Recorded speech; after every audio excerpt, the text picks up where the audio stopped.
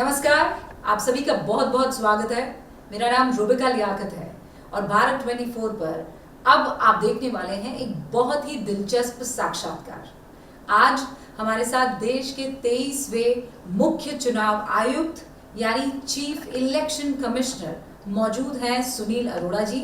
1980 batch के IAS officer रहे हैं और इनकी ही निगहबानी में इस देश में 20 से ज्यादा विधानसभा चुनाव और सीईसी जब थे तब 15 से ज्यादा विधानसभा चुनाव और 2019 का लोकसभा चुनाव हुआ है। ऐसे में आपके मन में देश में हो रहे चुनाव और मतदान को लेकर पॉलिटिकल पार्टियों के नीति और उनके काम के तरीकों को लेकर जितने भी सवाल हैं, आज सुनील अरोड़ा साहब उन्हीं सवालों का जवाब देंगे। सर, आपका बहुत बहुत स्वागत है भारत 24। आपके पास एक बहुत लंबा चौड़ा एक्सपीरियंस है। सबसे पहले तो उसी को मैं चाहूँगी कि आप दर्शकों के सामने रखें। चुनाव करवाना और वो भी सबसे बड़ी पॉपुलेशन के बीच में, फ्री एंड फेयर इलेक्शंस, वो इलेक्शंस जिसे हर एक आम वोटर समझ सके कि मेरा हक है, ये कितना चैलेंजिंग रहा है आपके लिए? पहली बात तो मैं ये कहना चाहूँगा कि हम अपने देश में जिसको आम वोटर कहते हैं और इसको प्लेटफॉर्म्स पे, मीडिया में, सेमिनार्स में कहा जाता है कॉमन मैन, उससे ज़्यादा अनकॉमन कोई नहीं है। वो बड़े बड़े प्लेजेंट सरप्राइज देता है और शॉक भी देता है। सबसे ज़्यादा तो राजनीतिक पार्टियों को यस, उन्हीं को मिलते हैं। इस तरह चुनाव में तो वही लोग खड़े होते हैं। जो पुराना आर के लक्ष्मण जी का एक कार्टून है कॉमन मैन, आपने देखा होगा। मैंने बहुत सारे जो इलेक्शन कैंपेन हुए थे हमारे, उसमें हमेशा हम वो दिखाते थे और हम में से बहुत से लोग ये सोचते रहते हैं कि चाहे हम जर्नलिस्ट हों, चाहे हम अफसर हों, चाहे इवन कई राजनेता हों, लेकिन सबसे ज़्यादा आम वोटर को अगर कोई समझता है एक जमात के तौर पे, तो फिर भी राजनेता है। कि वो लोग आम, जिसको आम हम कहते हैं, वो जुड़े होते हैं जनसाधारण से, उनकी पल्स को समझते हैं। अब मैं अपने आपके प्रश्न के दूसरे भाग पे आऊँगा। मैंने एज ईसी ज्वाइन किया था 17-18 में और 12 अप्रैल 21 में 13 को, चूँकि 65 ईयर्स की एज होती है, मैंने अपना चार्ज लिमिट किया 65। तब तक एक आईएएस ऑफिसर और एक इलेक्शन कमीशन से मेरा 40 साल का लगभग एसोसिएशन रहा। और मैं अपने भगवान का इस बात का मतलब शुक्रगुजारी हूँ कि उन्होंने ऐसा अवसर मुझे दिया, खासकर 2019 का जैसे मैंने जनरल इलेक्शन कराया। कैसे थे सर वो इलेक्शंस? मतलब आपका एक्सपीरियंस कैसा रहा 2019? 2019 बड़ा एक डिफिकल्ट इलेक्शन था और कई तरह की, मसलन हम उस 2-2.5 महीने में 123 मीटिंग की हमने अलग अलग पॉलिटिकल पार्टीज के रिप्रेजेंटेटिव से, रूलिंग पार्टी, और हम एक्चुअली रूलिंग पार्टी की पार्टी का नाम लेते नहीं, हम तो कहते हैं पॉलिटिकल एंटिटीज से, कि जो एक राजनीतिक वो है, वॉइसेस हैं। 123 मीटिंग रिकॉर्डेड है हमारी और सबके व्यू सुने। स्टेट्स के इलेक्शन में क्या होता है कि जब कमीशन जाता है तो सबसे पहले राजनीतिक दलों से मिलता है, उसके बाद फिर सारा जिला स्तर के अधिकारियों की मीटिंग देता है। SPs, collectors, commissioners, divisional commissioners, joint police commissioners इत्यादि इत्यादि। उसके बाद फिर मीटिंग होती है रेगुलेटरी एजेंसीज से, जो विशेषतया स्टेट की और सेंटर की जो कई तरह के बैड प्रैक्टिसेस को जिनका समाप्त करने, ख़त्म करने का या बहुत ज़्यादा सुपरविजन की जिनको ज़रूरत है। फिर आखिरी मीटिंग होती है चीफ सेक्रेटरी और उनके साथियों से, सीनियर ऑफिसर्स। तो ये तो सर कॉमन प्रैक्टिस। नो, लेकिन फिर मीटिंग होती है, सबसे बाद फिर आप लोगों को रिपोर्ट करते हैं, प्रेस को। The most awaited press conference. In the view of in the press conference, every state after state. पर अच्छी बात है कि सबके साथ एक सम्मिलित अनुभव लेके फिर हम प्रेस को बताते हैं, उनके प्रश्नों के जवाब भी देते हैं। पर सर आपने कहा ये डिफ़िकल्ट चुनाव रहे हैं, मैं इसके पीछे वजह, क्योंकि हर चुनाव डिफिकल्ट होता है। पर 2019 में मुझे लगा कि 14 का, मैं तो 14 में था CEC, 19 में कुछ ज़्यादा एक लग रहा था कि जैसे जिसको आप अंग्रेजी में शब्द इस्तेमाल करेंगे, एब्रेसिवनेस मुझे काफ़ी लगी।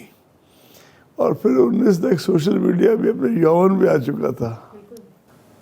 आपकी वो प्रेस कॉन्फ्रेंस हमको बहुत याद है जिसमें सोशल मीडिया को आपने बाकायदा सेंटर स्टेज पर लाकर क्या किया था, जो हमारे सीनियर मोस्ट ऑफिसर थे उन्होंने 3-4 मीटिंग की थी सोशल मीडिया प्लेटफॉर्म से। फिर 1-2 मीटिंग्स कमीशन ने की थी।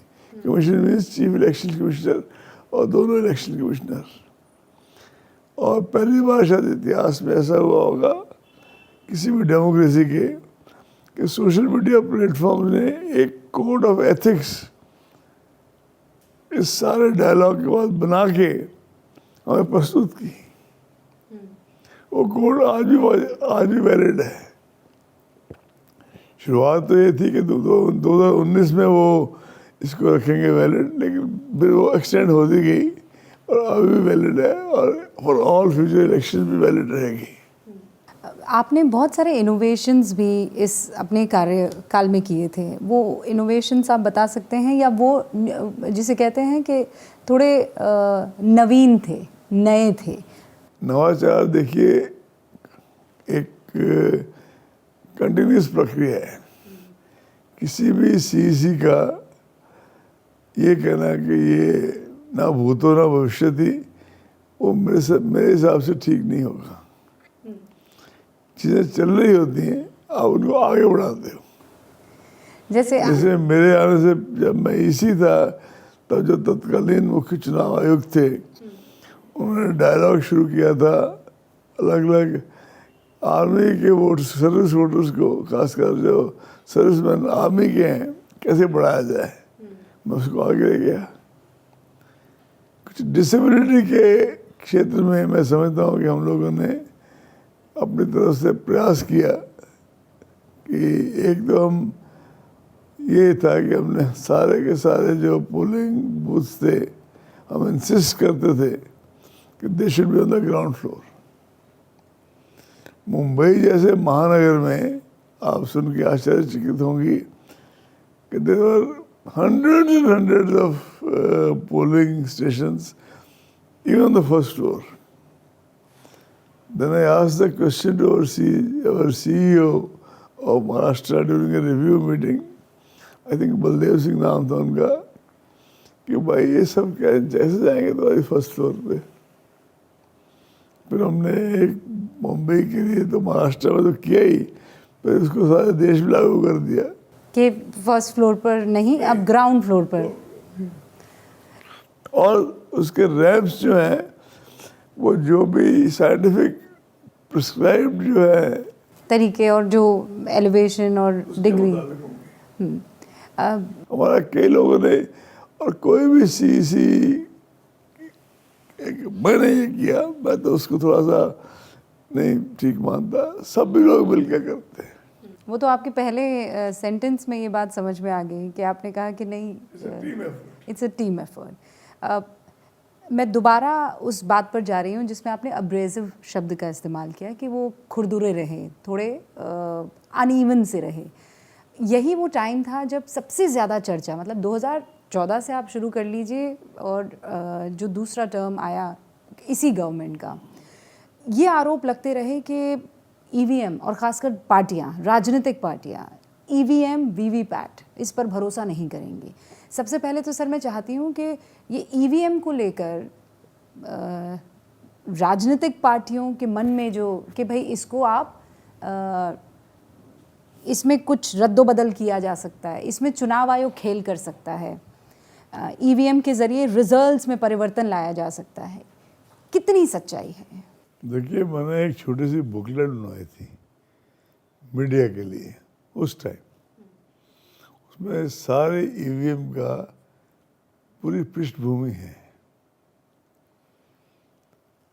77 में एसएल शक्दर थे, उनके अंडर सीईसी जो थे, ईवीएम की एक इलेक्ट्रॉनिक मशीन की एक कमेटी बनाई गई। फाइनली 84-5 में, सॉरी 82-3 में ईवीएम को टेस्ट केस के तौर पे इस्तेमाल किया गया।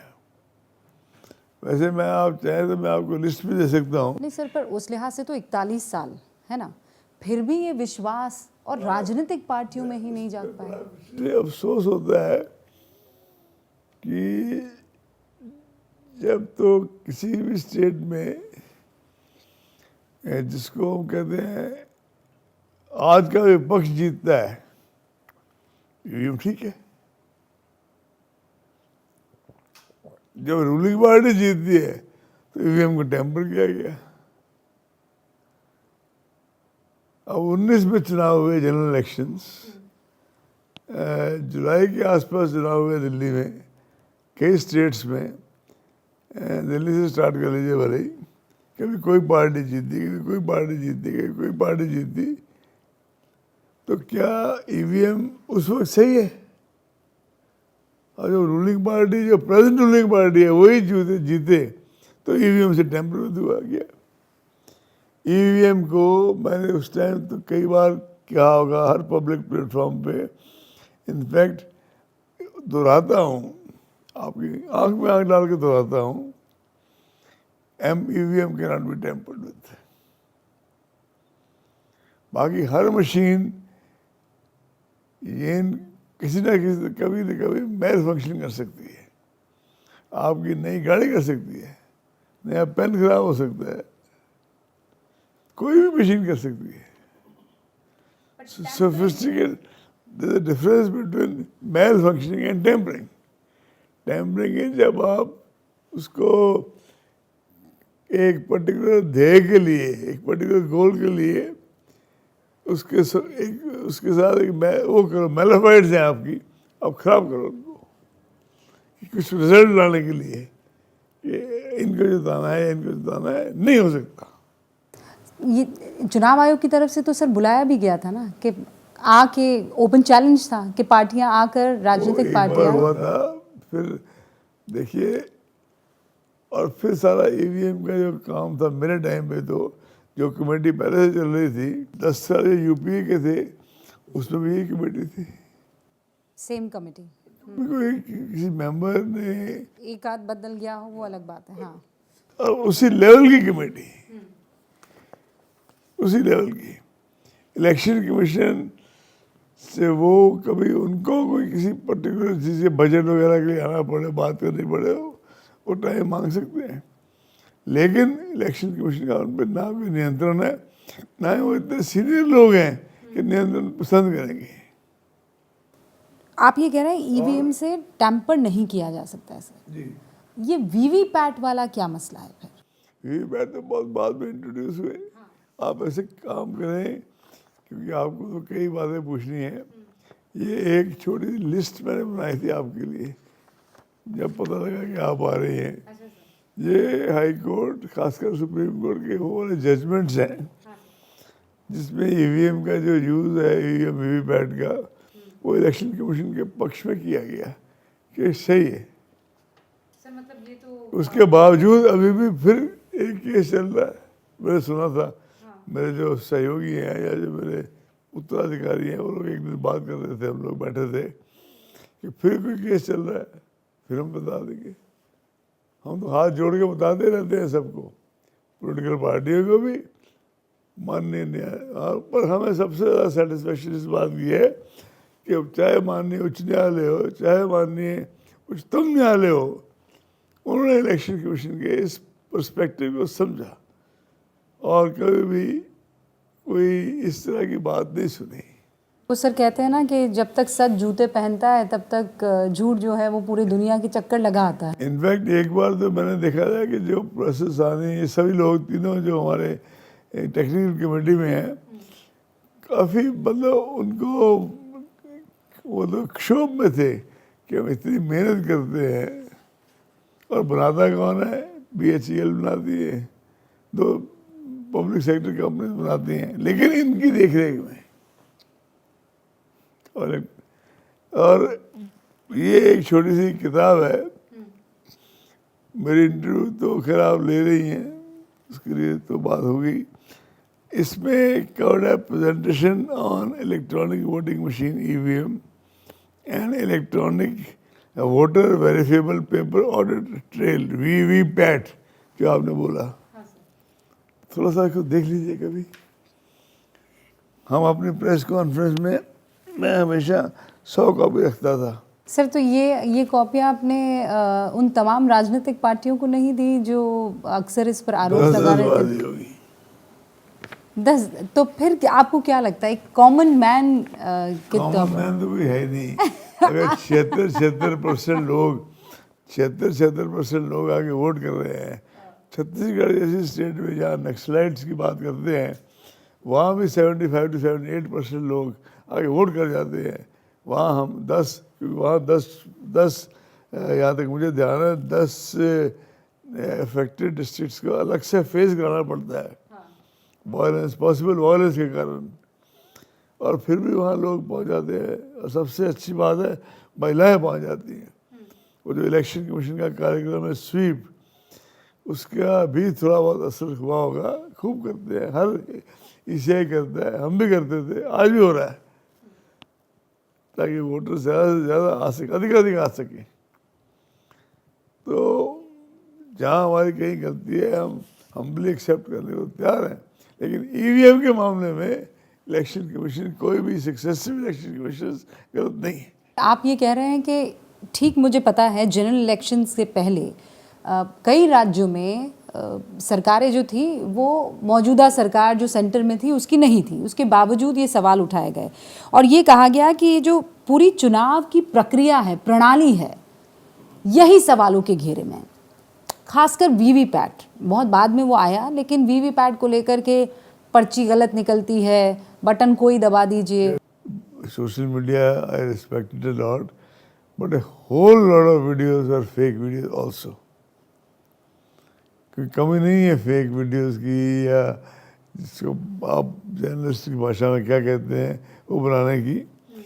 आप बताइए ना, प्रूवन केस कौन सा है? 2019 के चुनाव में भी जिस देश में 912 मिलियन इलेक्टर्स हों, ये फिगर जनरल इलेक्शन 19 की हैं, और वो 14 के इलेक्शन से 78 मिलियन बढ़ गए थे।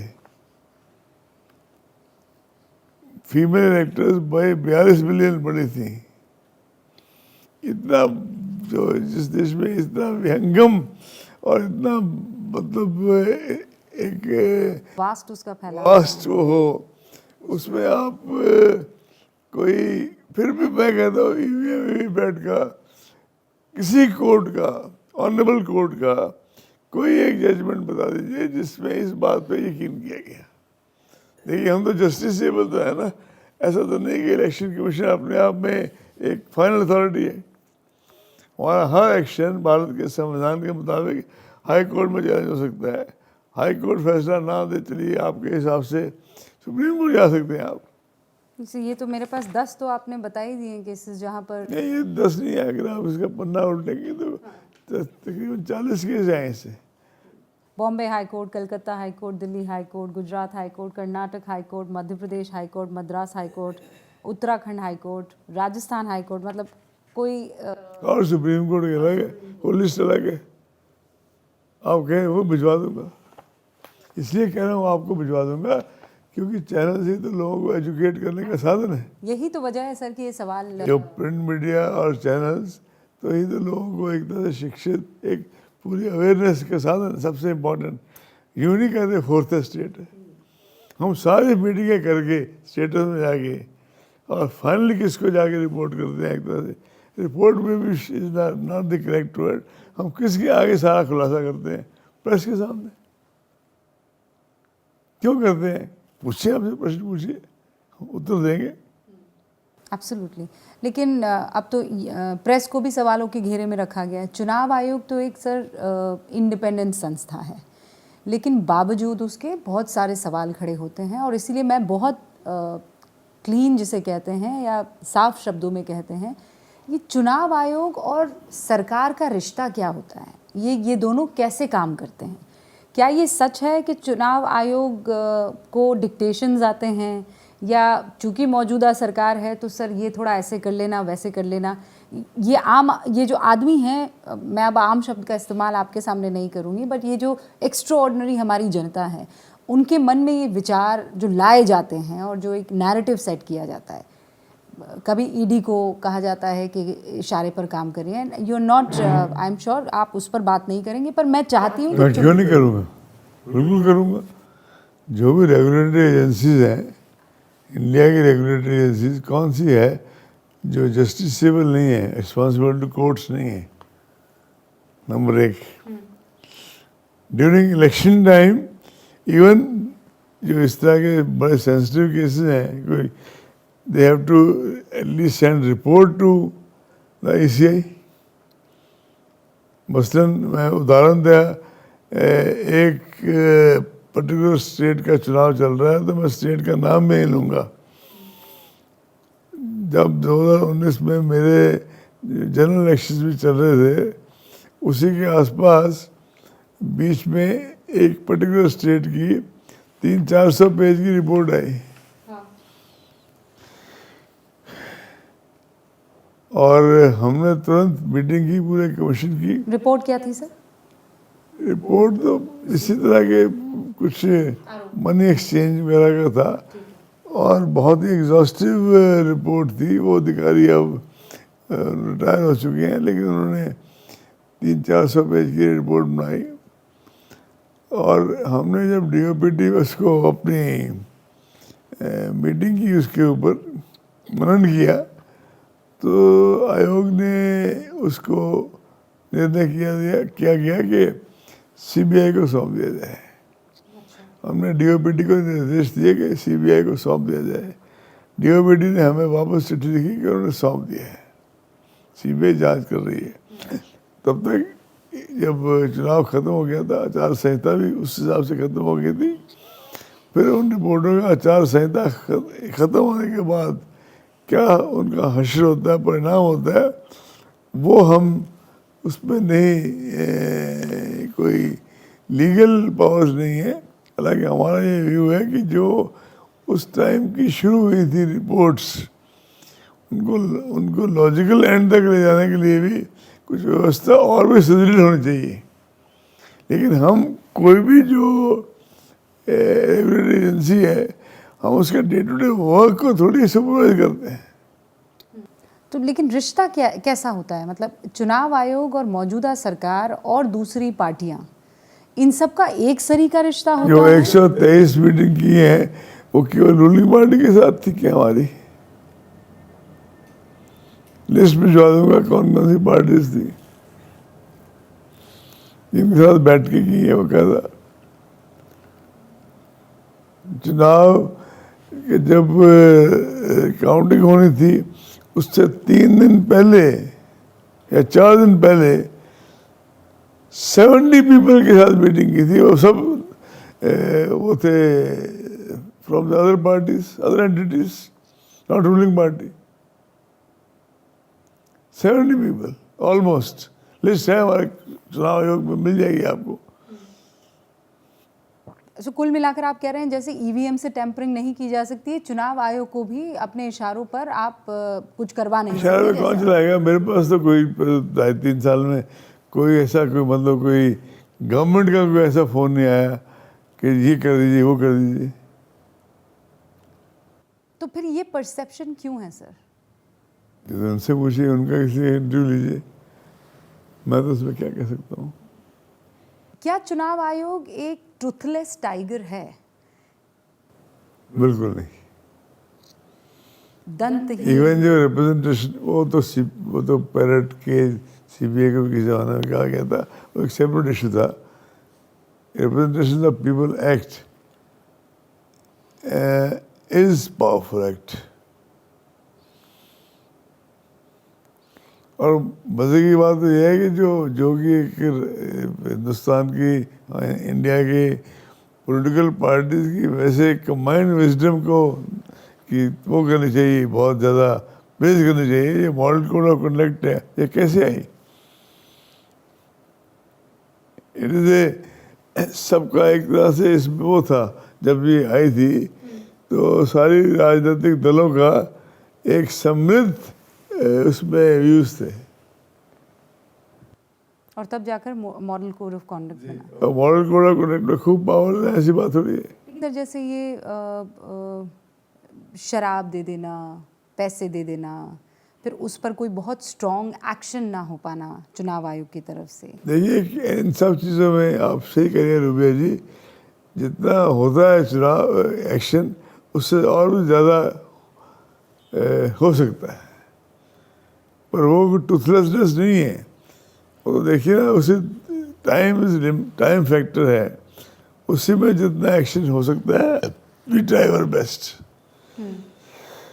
But yes more can be done also. और उसके लिए या तो एक बार सारी parties model code of conduct को थोड़ा सा और स्ट्रिंजेंट करने की दिशा में स्वयं पहल करके सशक्त करे चुनाव आयोग को, और या फिर कोई नई कमेटी बैठे इसमें, इसके ऊपर कोई मनन किया जाए। एक और सर बहुत मेजर इशू है चुनावी खर्चे को लेकर। आप लोगों ने एक फ्रेम सेट किया हुआ है, लेकिन अगर आप सोचें कि कोई एक शख्स जो बाकी पार्टियों की तरह बड़ा रिच नहीं है, वो चुनाव लड़ना चाहे तो उसके लिए बड़ा मुश्किल होगा। आपने एक पैमाना लगाया हुआ, उसके बावजूद धड़ल्ले से खर्चा होता है। क्या वक्त नहीं आ गया है कि कुछ रिवीजन या कुछ चीज़ें जो हैं तब्दीलियां हों, खासकर चुनावी खर्च को लेकर, रूल्स और रेगुलेशंस को लेकर? देखिए एक तो 19 की, चूँकि आपने शुरुआत 19 से की, तो हम लोगों ने ये शुरू किया था कि एक तो होता है पुलिस ऑब्जर्वर, जनरल ऑब्जर्वर और एक्सपेंडिचर ऑब्जर्वर। हम लोगों ने स्पेशल ऑब्जर्वर्स लगाने शुरू किए थे, मेनली एक्सपेंडिचर के लिए। Retired members of the CBDT या उस तरह के लोग मेंबर्स वगैरह रहे हैं, चेयरमैन रहे हैं, चेयरमैन नहीं, मेंबर्स तो सभी थे। और उसके हमें कुछ वांछित परिणाम भी मिले, एनकरेजिंग रिजल्ट्स मिले। But yes that should be एक तो ओवरऑल रिवीजन और हो जानी चाहिए। तो सर ये कामयाबी हमें मिल क्यों नहीं पाई? जैसे मॉडल कोड ऑफ कॉन्डक्ट लागू होने में आपने कहा कि हम सब सारी पार्टियों ने मिलकर, ये उनका तरफ से एक पहल थी जिसका सब ने मिलकर फ़ायदा भी उठाया और अच्छा रहा लोकतंत्र के लिए। तो ये एक सीमा बांधने में चुनाव आयोग कामयाब क्यों नहीं हो पाया? बांधने में तो कोई किसी ने ऑपोजिशन नहीं की, लेकिन देखिए ना, जिससे ताली एक हाथ से नहीं बजती, दो हाथ से बजती है। और दूसरा हाथ इसमें चाहे रूलिंग पार्टी हो चाहे अदर ऑपोजिशन पार्टीज हो, दोनों हाथ बजने चाहिए इसमें। They should also be party to it. कभी ऐसा हुआ कि आपको लगा कि हेल्पलेसनेस बहुत है, मतलब कुछ नहीं कर सकते, आपको दिख रहा है और नहीं हो सकता है क्योंकि आपकी अपनी एक सीमा, अपना एक दायरा है? I think we should probably have another political parties के साथ वाइड स्प्रेड कंसंट्रेशन हो। ये कुछ पार्टीज ऐसी हैं जिनके वाकई रिसोर्सेज बहुत कम है, और ये भी फैक्ट है कि जो भी उस वक्त की रूलिंग पार्टी होगी उनको इनबॉर्न या इनहेरेंट एडवांटेज हो गई, होता भी है।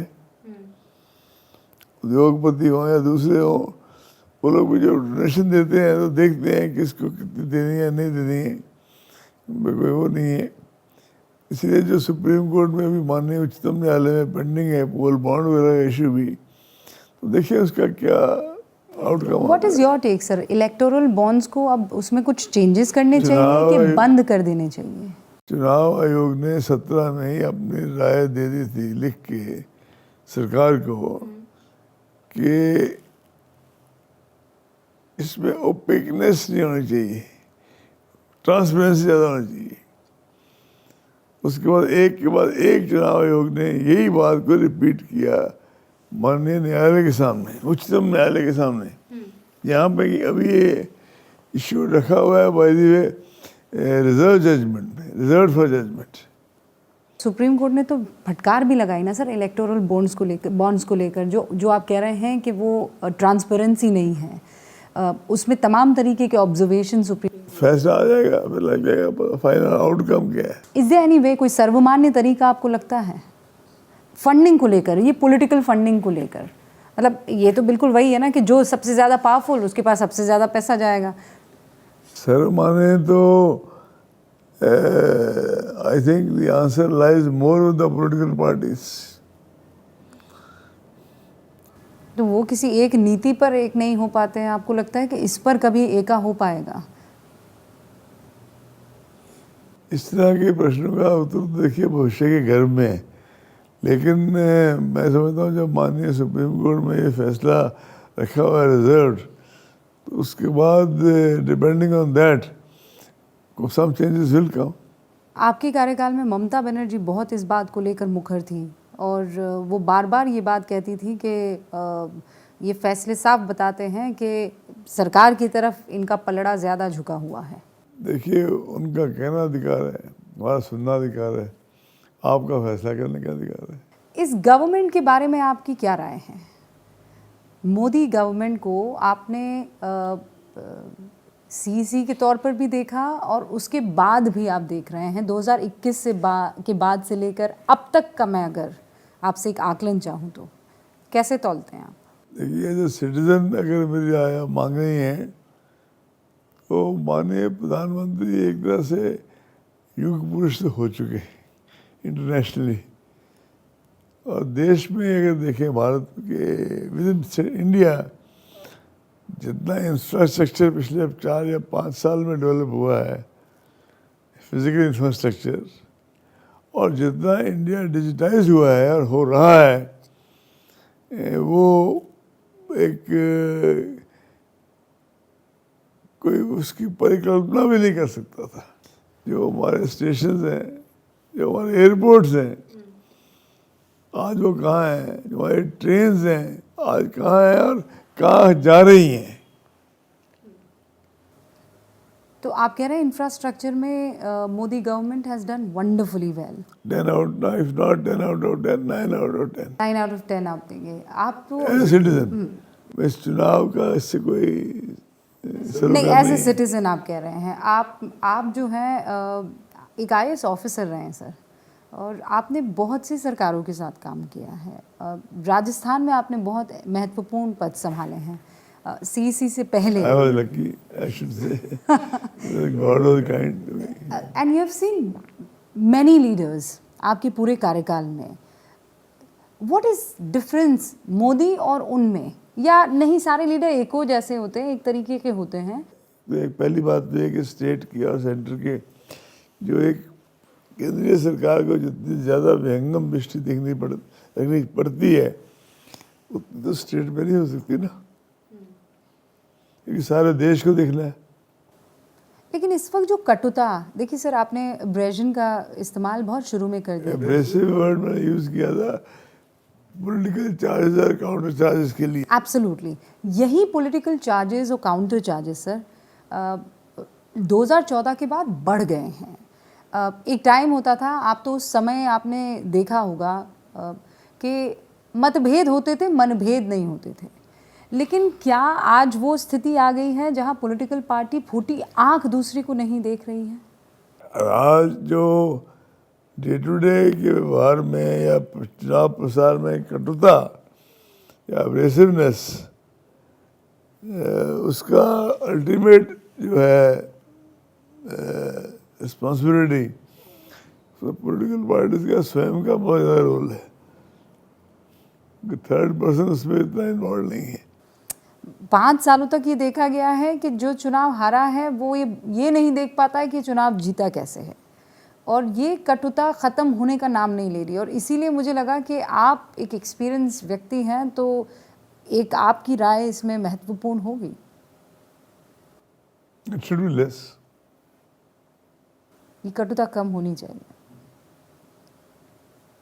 किसी तरह के भी किसी प्रकार से भी जो बहुत ज़्यादा कोई कटुता है वो कोई तारीफ मतलब ज़्यादा उसका कोई मैं नहीं समझता कि कोई उसकी सपोर्ट करेगा।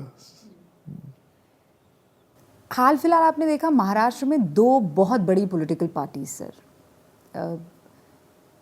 एक तो शिंदे और ठाकरे गुट, दूसरा आप देख रहे हैं शरद पवार और अजीत पवार, ये अलग अलग गुट जो निकल कर आए।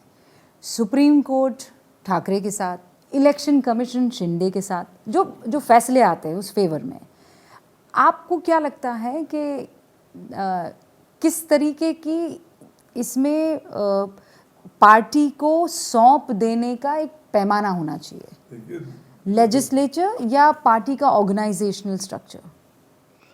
देखिए, उसमें तो एक जो माननीय उच्चतम न्यायालय का एक जजमेंट है, शायद सादिक अली, वो अभी तक तो वही एक मापदंड है। कॉन्स्टिट्यूशनल बेंच का जजमेंट है, तो 5 जजेस का जजमेंट है, if I am not mistaken, अभी तक भी वही चल रहा है। अनलेस कोई कल को माननीय उच्चतम न्यायालय ही फैसला करेगी और ज़्यादा मतलब इसको रीइंटरप्रेट करना है, उसी को पैमाना बना के आप फैसले ले सकते हैं। अब आगे आपने क्या विचार किया हुआ है? किताब लिखने का सोच रहा हूँ, जिसमें राजस्थान के कुछ अनुभव, कुछ इंडियन एयरलाइन के, जब मैं देन इंडियन लाइन, और उसमें कुछ 1-2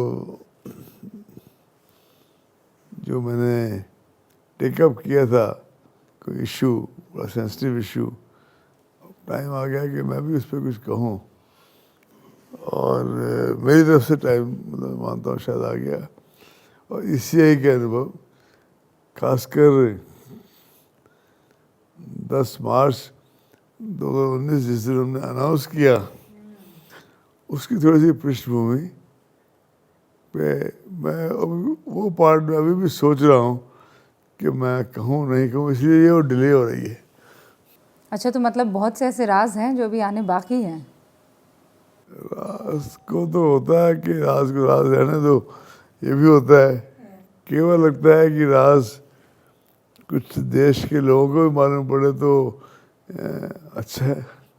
we wish you all the best sir, और हम तो ये उम्मीद करेंगे कि वो जो आपके मन में छिपा हुआ है वो किताब के ज़रिए बाहर आए। आपने बहुत बेबाकी से अपनी बहुत सारी बातों को जनता के सामने रखा है। तो ये थे सुनील अरोड़ा साहब, जिन्होंने बहुत ही महत्वपूर्ण चुनावों को अपने कंधे पर जिम्मेदारी की तरह निभाया। फेयर एंड फ्री इलेक्शंस को लेकर जो बड़े बड़े सवाल आपके मन में थे, ईवीएम वीवीपैट को लेकर जो बड़े बड़े सवाल आपके मन में थे, उनका बहुत ही सरलता से यहाँ जवाब दिया। आप बने रहिए भारत 24 के साथ।